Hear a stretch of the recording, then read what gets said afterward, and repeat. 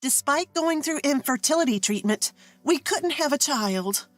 When I told my husband it was my fault, he snorted dismissively. I could tell he wanted to call me useless. Without asking about the treatment or anything, he left the room in a bad mood. My name is Mina. I'm 30 and I work full-time. I met my husband Marcus through a mutual friend. Marcus loves to read and has a literary vibe. I also loved books so much as a child that I dreamed of becoming a novelist. Marcus and I were instantly attracted to each other and started dating. We got married when we were both 26. I thought it was a happy marriage at the time. I believed that with Marcus, who shared my interests and worldview, we could build a peaceful home. But my dream of happiness cracked as soon as we got married. After the wedding, Marcus became obsessed with having a child. I want to have a family soon. Sure, Marcus has always dreamed of a family with children. Having a job and kids is a sign of a blessed family. It's a social status. I agree with working as a couple, but children aren't commodities. He keeps insisting as if you can just buy them at a store, and I started to feel uneasy about Marcus's ideal. When we were dating, he often said, "Our happiness is what matters." But after marriage, he started talking a lot about social status. To sum up Marcus's wishes, a wife and child would be trophies for him. I was slightly disappointed, as this was a bit different from when we were dating. So a year into our marriage, things got tough for me. Because I couldn't get pregnant, we reluctantly started infertility treatment. From that point, Marcus's attitude towards me worsened.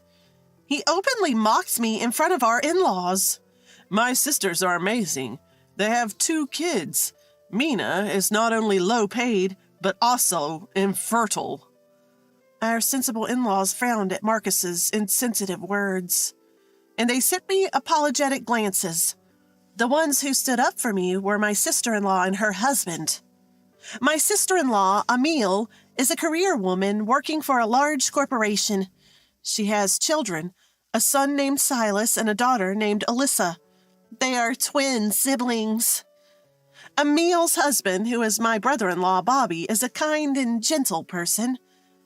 Emile and my husband Marcus are siblings with a 6-year age difference, and their personalities are polar opposites. Unlike the introverted Marcus, Emile is decisive and caring. That's why she's trusted and promoted at work. Marcus is jealous of his sister's situation. So when he gets tired of belittling me, he insults Bobby. Well, I get why my sister has to work hard. If Bobby is jobless, she has to work to make ends meet. Even when subjected to such childish sarcasm, Bobby doesn't react. I'm a stay-at-home dad, you know. Even when Bobby responds cheerfully, Marcus continues his tirade. Being a stay-at-home dad is pathetic. Even the incompetent Mina could do that. Just when I was about to speak up, wondering how much more he could belittle people. Marcus, if you say any more, I won't forgive you. Emile glares at Marcus with a stern face. Our in-laws intervene and the situation is diffused. After that, Emile called me aside to apologize. I'm sorry Marcus's words hurt you. It's not so much that they hurt, more like they're shocking. While Emile and I were talking, Bobby came over. Mina, come over sometime, just you. The kids want to play with you. As Bobby smiled, Silas and Alyssa, who were playing outside, came running over. Both hugged me and acted affectionate. Mina, come to our house next time. Alone. We'll be waiting for you. You have to come. Marcus's hurtful words had been tormenting me, but my in-laws and Emile's family were kind to me.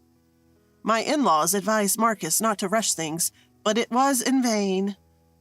Once Marcus found out we couldn't have children, he emotionally distanced himself from me. Even after learning about my infertility, my in-laws didn't blame me. Living happily as a couple is also a good life. They tried to console Marcus, but it had no effect. Happy with someone useless? What a waste of time. I had been constantly berated by Marcus for ruining his life. Exhausted from infertility treatment and ignored even when work was tough. I was concerned about my pale face. At work, my colleague, Mr. Johnson, a young employee I had mentored, said, "Mina, you look really unwell. The boss and everyone are worried." "I'm sorry. I might just be tired. Really, I'm sorry." I felt pathetic for causing concern even at work.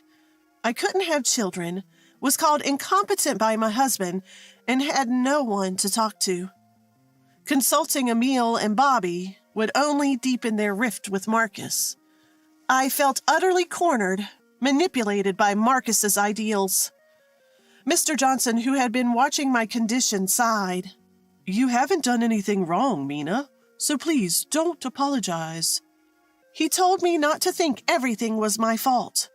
"I won't pry into your family matters, but bottling it up is also a problem." "Thank you. Hearing that makes me feel better."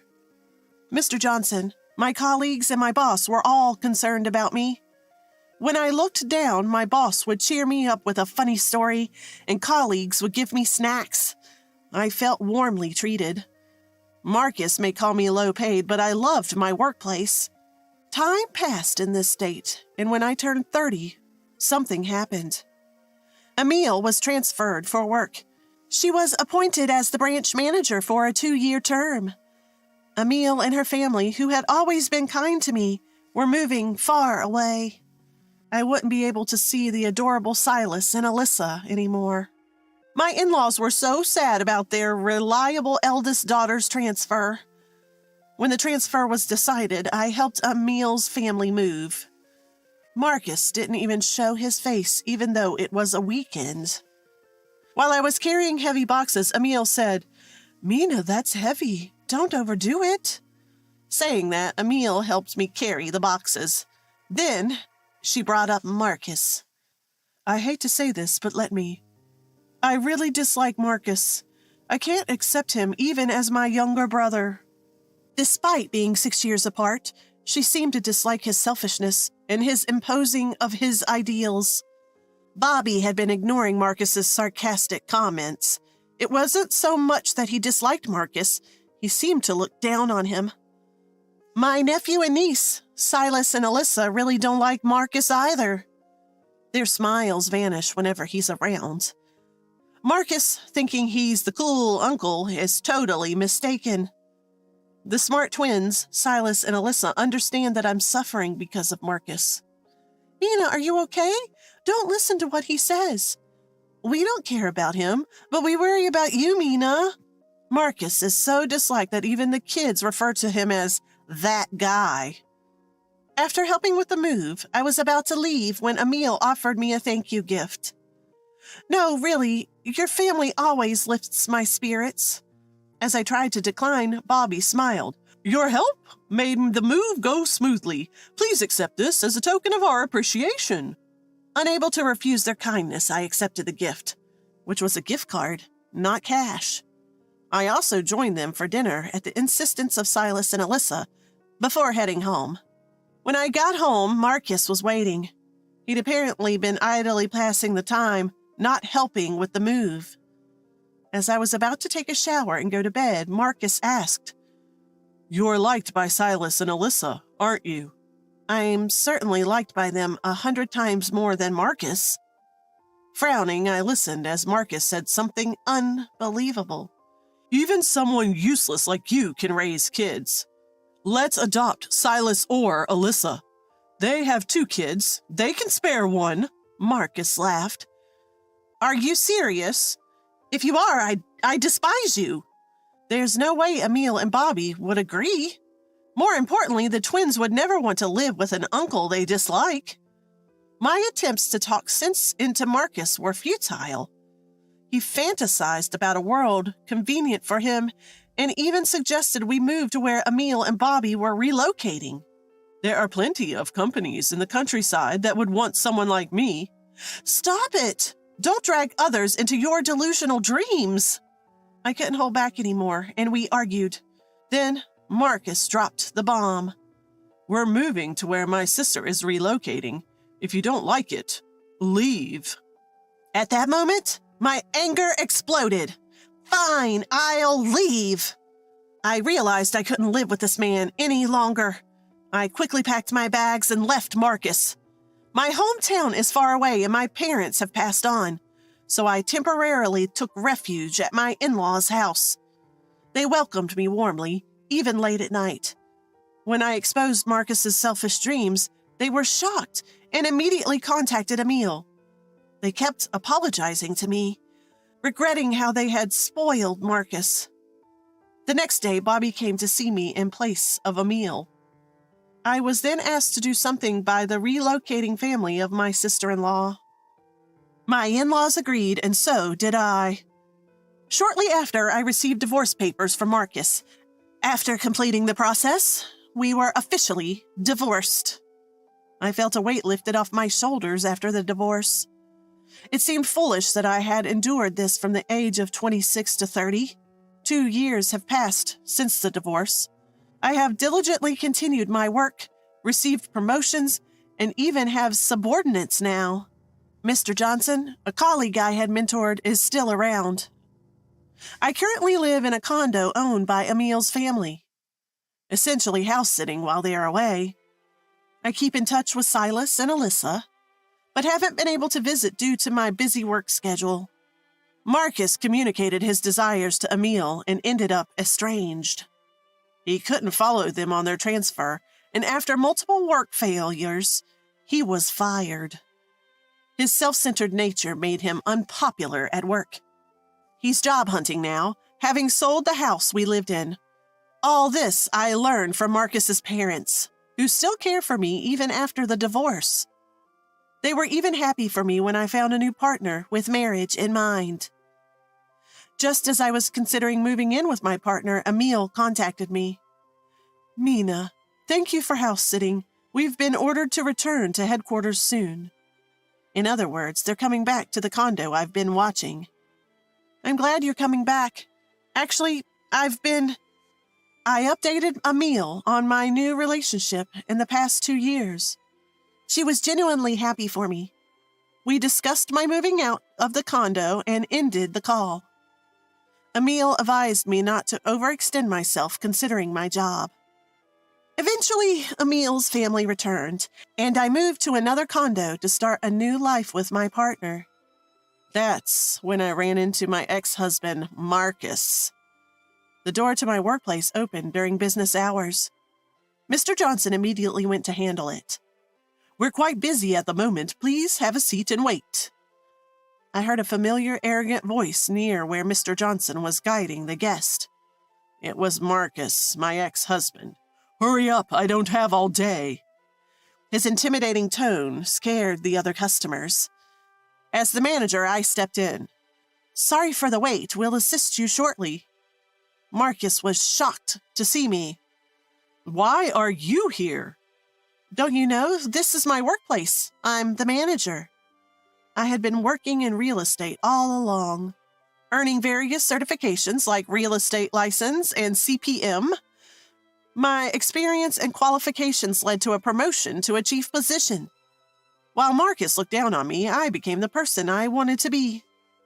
That person is neither Marcus's wife nor the mother of Marcus's children. It's a life that has nothing to do with Marcus's status. I quickly asked Marcus what kind of property he was looking for.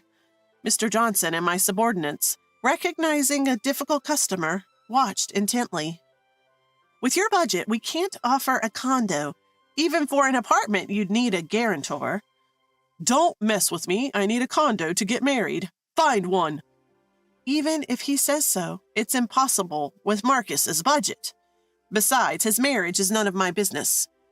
If you're not satisfied, please leave, I said, overly polite. Then Marcus started yelling. A useless woman who can't even have kids acting all high and mighty. The yelling was so intense that the customers looked like they were about to call the authorities. Just as I was about to handle the situation firmly, Mr. Johnson stood behind Marcus. Excuse me, you're disturbing the customers. Please leave. Intimidated by the tall Mr. Johnson, Marcus left in a huff.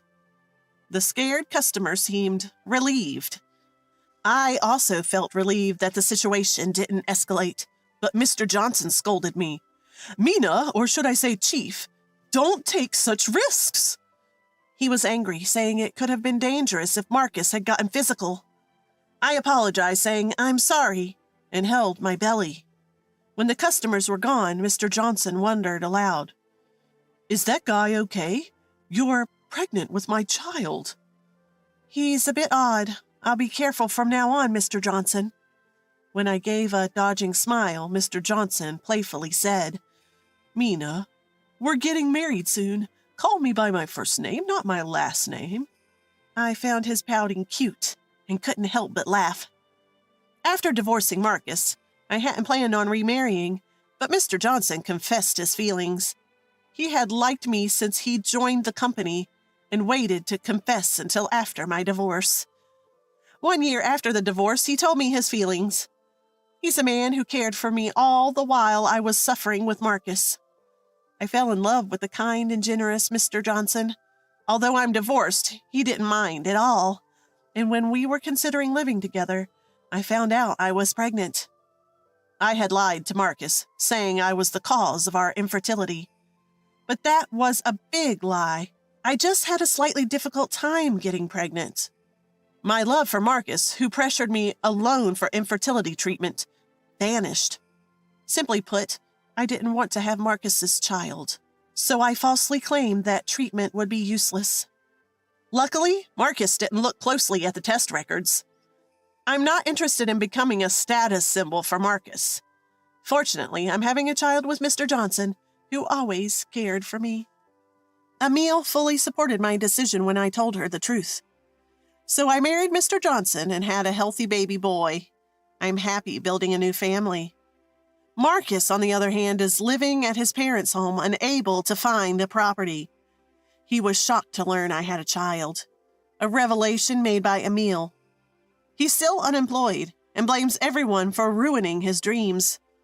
Emile tried to knock some sense into him, saying, "Reflect on yourself. A family isn't about status."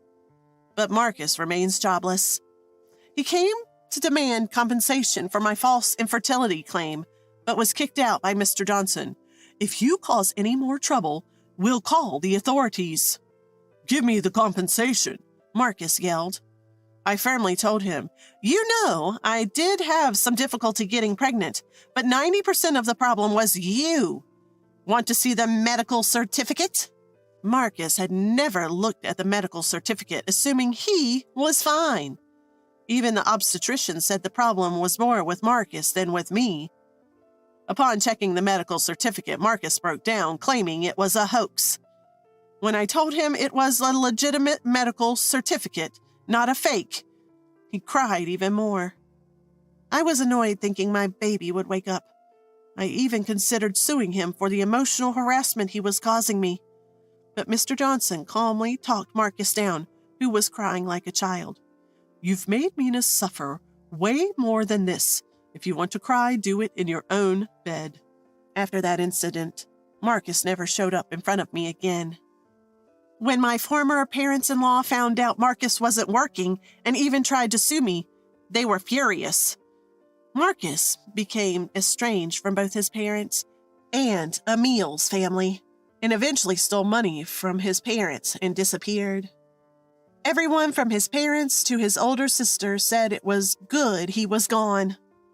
Around that time, Emile's family came to visit and met my baby. Silas and Alyssa took turns holding my child.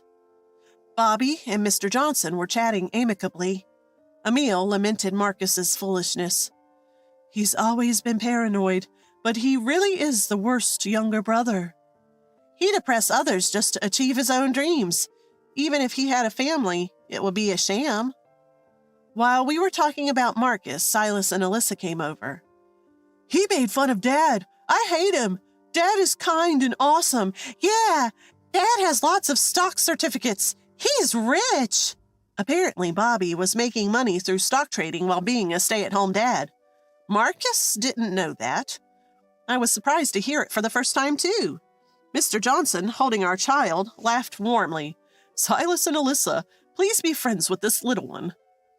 At Mr. Johnson's request, Silas and Alyssa nodded in agreement. Though we're not relatives anymore, I was happy to be close to Emil's family. Just as I was thinking I'd like to continue being close, Silas and Alyssa asked Mr. Johnson a question. What's your first name, Mr. Johnson? Mina calls you Mr. Johnson, too. Don't you have a first name? Faced with the twins' serious question, Mr. Johnson looked at me and answered with a smile. Actually, my name is Marcus, too. Never thought it would be the same as Mina's ex-husband, he said with a wry smile. I felt a bit guilty for never having considered this. As I was about to promise to call him by his name, Silas and Alyssa clapped their hands. If you're interested in someone just like him, give him a nickname. If you don't like having the same name as him, we'll give you a cute nickname. Silas and Alyssa thought for a moment and wrote down a nickname for Mr. Johnson. The nickname the twins gave my husband was Marquis. It was a bit unusual, but Mr. Johnson became Marquis. As Emil and Bobby smiled, I thought to myself, I'll call him Mark, a name that only I will use. I called out to Mr. Johnson, who was being adored by Silas and Alyssa. Mark! From now on, I'll call you Mark. Our child, watching our smiling faces, grinned happily.